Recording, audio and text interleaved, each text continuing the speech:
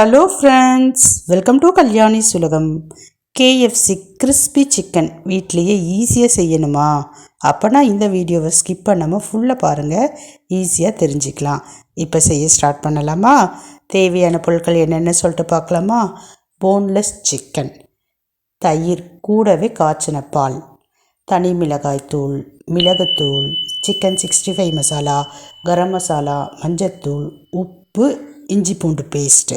இது எல்லாத்தையும் ரெடியாக எடுத்து வச்சுக்கலாம். இப்போ அகலமான ஒரு பவுல் ஒன்று எடுத்துக்கலாம். அந்த பவுலில் ஃபஸ்ட்டு தயிர் சேர்த்துக்கலாம்.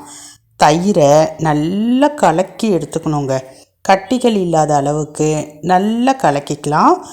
தயிரை கலக்கின பிறகு ஒரு கப் அளவுக்கு காய்ச்சின பாலை அதில் சேர்த்துக்கலாம். சேர்த்துட்டு ரெண்டுத்தையும் நல்லா மிக்ஸ் பண்ணிக்கலாம். ஒன்றோட ஒன்று நல்லா சேர்ந்து மிக்ஸ் ஆகணும்.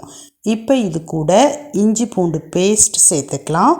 அதையும் சேர்த்து நல்லா மிக்ஸ் பண்ணிக்கலாம். எல்லாம் நல்லா கரைஞ்சி ஒன்றோட ஒன்று மிக்ஸ் ஆகி இருக்கணும். இப்போ இது கூட எடுத்து வச்சுருக்கிற எல்லா மசாலாவையும் சேர்த்துக்கலாம். தனி மிளகாய்த்தூள், உப்பு, மஞ்சத்தூள், கரம் மசாலா, சிக்கன் 65 மசாலா, கூடவே மிளகுத்தூள், இது எல்லாத்தையும் சேர்த்து நல்லா மிக்ஸ் பண்ணிக்கணும். எந்த இடத்துலையும் ஓரம் ஒதுங்கி இருக்கக்கூடாது. எல்லாத்தையும் நல்லா மிக்ஸ் பண்ணிக்கலாம். நல்லா மிக்ஸ் ஆன பிறகு நம்ம க்ளீன் பண்ணி எடுத்து வச்சுருக்கிற சிக்கன் பீஸ், நான் இப்போ நீங்கள் வீடியோவில் பார்க்குறீங்க இல்லைங்களா, அந்த மாதிரி தான் சிக்கன் பீஸ் எடுத்து வச்சுருக்கிறேன். நீங்கள் லெக் பீஸாகவும் எடுத்துக்கலாம். அப்படி இல்லைன்னா நல்லா ஃப்ளாட்டடாக கட் பண்ணி கூட நீங்கள் எடுத்துக்கலாம். இப்போ இது எல்லாத்தையும் பவுலில் சேர்த்து கை வச்சு மிக்ஸ் பண்ணிக்கணும்.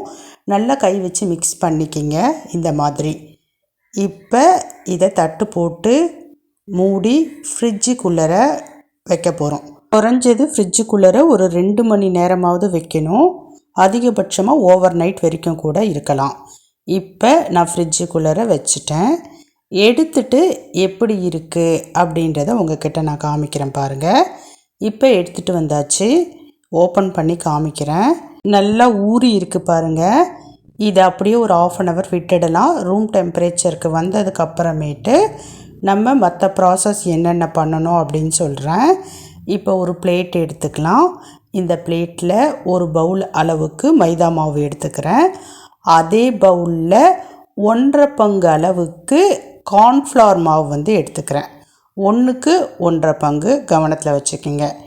இப்போ இது கூட மறுபடியும் அப்போ சேர்த்த மசாலா பொருட்கள் எல்லாமே சேர்த்துக்கலாம். அதே மசாலா பொருட்கள் தான் சேர்த்துட்டு எல்லாத்தையும் நல்லா மிக்ஸ் பண்ணிக்கலாம்.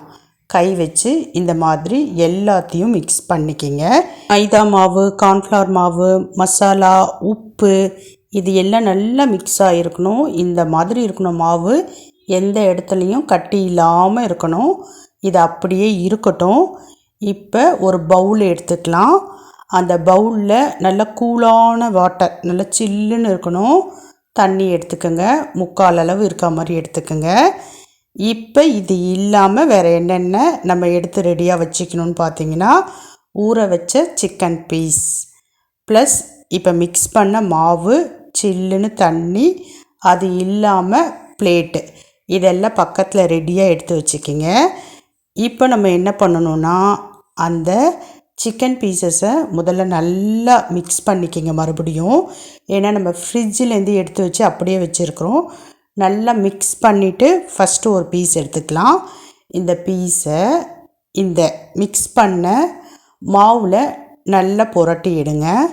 நல்லா ஃபுல்லாக மேலே கோட்டாக இருக்கணும். எடுத்த பிறகு சில்லுன்னு எடுத்து வச்சுருக்கோம் இல்லைங்களா பவுலில் தண்ணி, அந்த தண்ணியில் ஒரு டிப் பண்ணுங்க. இந்த மாதிரி டிப் பண்ணி எடுத்துருங்க. மறுபடியும் அந்த மாவில் நல்லா புரட்டிடுங்க. இந்த மாதிரி அப்படியே உருட்டுற மாதிரி, நம்ம மாவில் உருட்டுவோம் இல்லைங்களா, அந்த மாதிரி புரட்டி இடுங்க. எல்லா இடத்துலையும் மாவை ஃபுல்லாக கோட் பண்ணிக்கிங்க. மறுபடியும் அந்த சில்லுன்னு இருக்கக்கூடிய தண்ணியில் டிப் பண்ணுங்க. மாவெல்லாம் நல்லா தட்டிடுங்க. தட்டிட்டு அந்த சில்லுன்னு இருக்கக்கூடிய தண்ணியில் டிப் பண்ணுங்க. மறுபடியும் தண்ணி ஃபுல்லாக எடுத்துட்டு நல்லா தண்ணி இல்லாத மாதிரி பார்த்து மாவில் போட்டு புரட்டி எடுத்துருங்க. நல்லா புரட்டிக்கிங்க. மாவு நல்லா வந்து பார்த்திங்கன்னா சிக்கன் பீஸில் போய் சேரணும். அடுத்தது நல்லா தட்டிடுங்க. நல்லா அந்த மாவுலாம் உதிர்ற மாதிரி தட்டிட்டிங்கன்னா சூப்பராக பீஸ் ரெடி ஆகிடுச்சு. நல்லா எப்படி இருக்குது பாருங்கள். மேலே அந்த மாவு கோட் ஆகிறது தான் நல்லா அப்படியே செதில் செதிலாக வர மாதிரி இருக்கும். இப்போ நான் பிளேட்டில் எடுத்து வச்சிட்டேன். மறுபடியும் இன்னொரு பீஸ் எடுத்து அதே மாதிரி நான் செஞ்சு காமிக்கிறேன் பாருங்கள்.